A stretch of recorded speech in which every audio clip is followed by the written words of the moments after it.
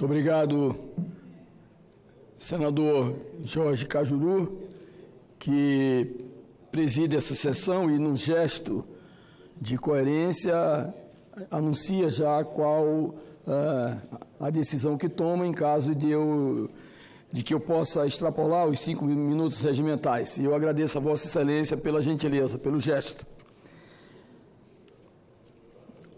Eu gostaria que todos os brasileiros, todos os telespectadores, todos aqueles que nos ouvem pela Rádio Senado, que nos acompanham pela internet e agora, nesse momento, nos veem pela televisão, fizessem apenas poucos minutos de silêncio onde estejam e acompanhassem esse breve pronunciamento que eu acho que é importante, muito importante, para a fé católica e para que nós possamos recuperar perdas que, na verdade, nos deixam extremamente preocupados com a situação atual da nossa Igreja Católica. Mas, diz o texto, em uma matéria brilhante da revista Veja, da Adriana Dias Lopes, da jornalista Adriana Dias Lopes, que fez uma bela matéria sobre a canonização da Irmã Dulce, a qual estivemos em Roma no último domingo, em um grupo parlamentar católico, a convite do presidente Davi Alcolumbre, e lá, representando o Senado, juntamente com outros colegas senadores, nós participamos daquela bela festa, que é única para nós brasileiros até agora, com a primeira santa católica nascida no Brasil. E diz a matéria: Beatíssimo Pai, a Santa Mãe Igreja pede a vossa santidade que inscreva a Beata Dulce Pontes no catálogo dos santos e, como tal, seja venerada por todos os fiéis cristãos. Com essa frase dita em latim, o cardeal italiano Angelo Becciu, prefeito da Congregação para a Causa dos Santos, inaugurou no Vaticano, às 10h15 do domingo, dia 13, um momento histórico para o catolicismo brasileiro. A consagração do Anjo Bom da Bahia, o Anjo Bom da Bahia, que a fez ser compreendida pela Igreja, obedecendo os cânones católicos da Igreja, o título, por que não dizer, de santa. Aquela que, na verdade, em vida, dedicou praticamente os seus minutos preciosos dessa sua passagem terrena em causa dos mais pobres. E vejam, no Brasil, o recente movimento de migração religiosa, de encolhimento do catolicismo, está sendo acachapante. Nas periferias, sobretudo, os líderes pentecostais se aproveitaram da ausência do Estado e da Igreja Católica para atuar como guias espirituais e promotores do assistencialismo. O Brasil ainda é a maior nação católica do mundo, com 123 milhões de seguidores, mas mantida a tendência atual, em no máximo 30 anos, católicos e evangélicos poderão estar empatados em tamanho na população.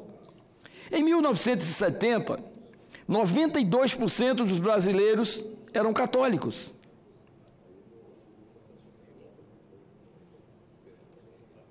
Hoje, são 64%. Quem mais cresce são os evangélicos, que em quase 50 anos saltaram de 5% da população para 22%. O impacto dessa mudança é grande para a Igreja Católica, diz José Eustáquio Diniz, demógrafo da Escola Nacional de Ciências e Estatísticas do IBGE. A Rússia teve a revolução e permaneceu a religião ortodoxa. Os Estados Unidos, mesmo com a guerra civil, se mantiveram protestantes. Entre os países grandes, mudanças desse tipo só ocorreram em consequências de guerras e revoluções. No Brasil, A revolução é silenciosa. Santa Dulce dos Pobres pode vir a ser o imã da recuperação católica. Santa Dulce dos Pobres pode ser o imã da recuperação católica, repito. E sua inspiradora trajetória tem força inigualável, capaz de reunir num só personagem humildade e perseverança, delicadeza e aspereza. Em nome dos pobres e dos doentes, a mulher de 1,42 m era uma gigante. Criou um dos maiores complexos de saúde do Brasil, o Hospital Santo Antônio, em Salvador, que hoje faz 3,5 milhões de procedimentos ambulatoriais por ano, gratuitamente. Ela atraía atenção, carinho e dinheiro de políticos e empresários, como Antônio Carlos Magalhães e Norberto Odebrecht.